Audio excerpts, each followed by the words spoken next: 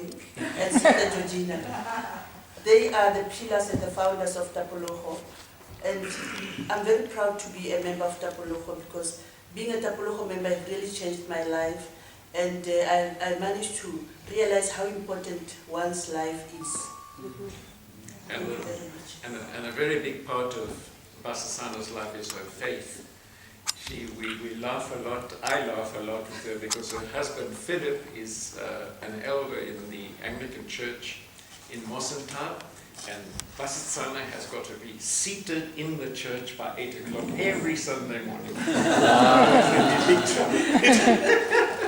And also he's kind of I can say a carer, because once he sees somebody sick, then he'd always advise the family and say, go to Tapologo, and this person will be okay. So whenever they see him, they say, oh, you are going to say you are HIV positive, you are not going there. But most of our patients come through him. And I'm really proud of them because my family is very supportive. That's great. Thanks. Thank you very much. Thank you very much.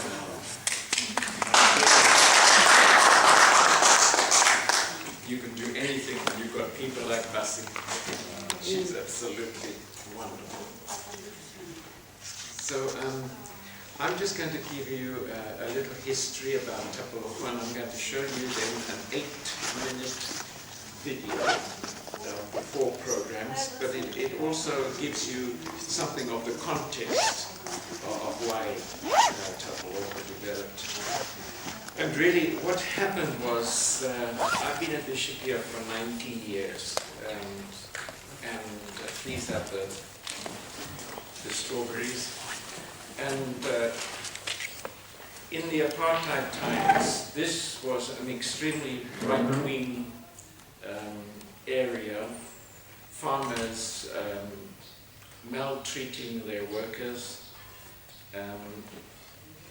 And what happened was that about 680 workers came off the farms in this area because of the bad treatment they were getting, extremely poor pay, lack of facilities for their kids and so on.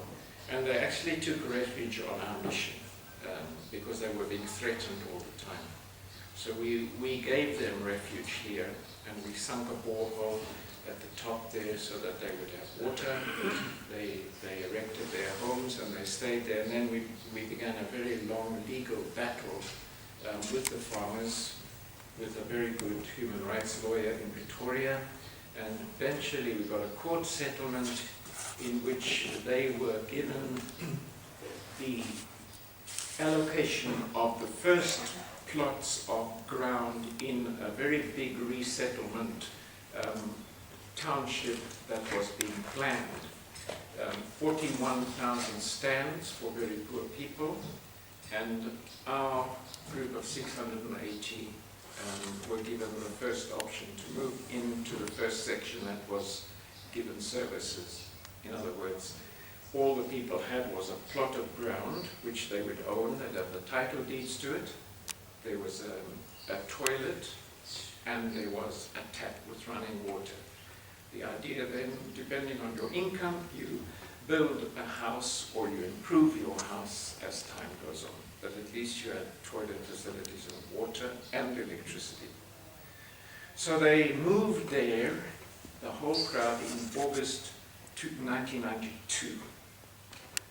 And Sister Georgina, because we were involved with him so much, Sister Georgina being a nurse, she went out there just to see the situation, and as others moved in very quickly, she set up a little clinic in a builder's shack, and from that moment on we began to recognize that what we were facing in 1992 was an escalating HIV infection rate in extremely poor situations like those resettlement camps. And then as time went on, as we moved into the huge shack settlements around the mines, the platinum mines here, we found that the situation was even worse.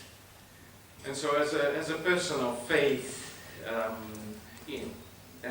simply my own faith journey, I've I've learned to discover very deeply that God speaks above all through people and through situations. And I felt enormously challenged by the realization of the incredible suffering that this pandemic would bring to the poorest and most vulnerable in our society. And as I got involved from 1992 onwards, it simply became even more the passion of my life, particularly in terms of vulnerable women, vulnerable girl children, and orphan children as time went on. So Georgina started there, but we had minimal resources. I then got money from a Belgian provincial government in Belgium, and we were able to build a prefab clinic there. And then with 11 professional nurses in Georgina, we ran a 365 day and night clinic, all-purpose primary healthcare clinic, one-stop service for 4 years until the funding ran out. There was no government clinic there, and at the end of the 4th year, the government had just built their clinic, so we closed down our clinic because the government now was providing a clinic. And then we, just at the time we closed down, we heard of a terrible tragedy in Freedom Park Shack Settlement, where these are very, very brutal places, as you can imagine. Absolutely hopeless places, because there's nothing there, and there's no hope for anybody. And places of extreme violence because of this, because everybody is trying to survive. And there was a faction fight one night which left 37 men dead. So what we did then was we moved in there to begin a long process of reflection with the people, Georgina, Brother Joe, self at times, but mainly them. And what the process was simply to go and meet the people, invite them to meetings and start a process of reflection. What are your needs? What do you think about your life? What would improve the living conditions here? And so on. And gradually the people began to narrow down their priorities, and they said, the first priority we need is a clinic, because we're so poor we can't get into Rustenburg to the hospital.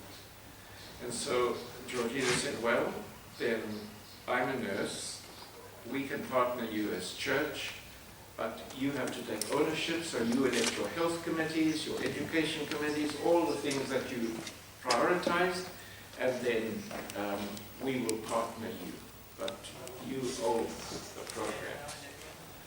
And sorry to interrupt, but what year was that when you started the clinic? We started at the beginning of 1997.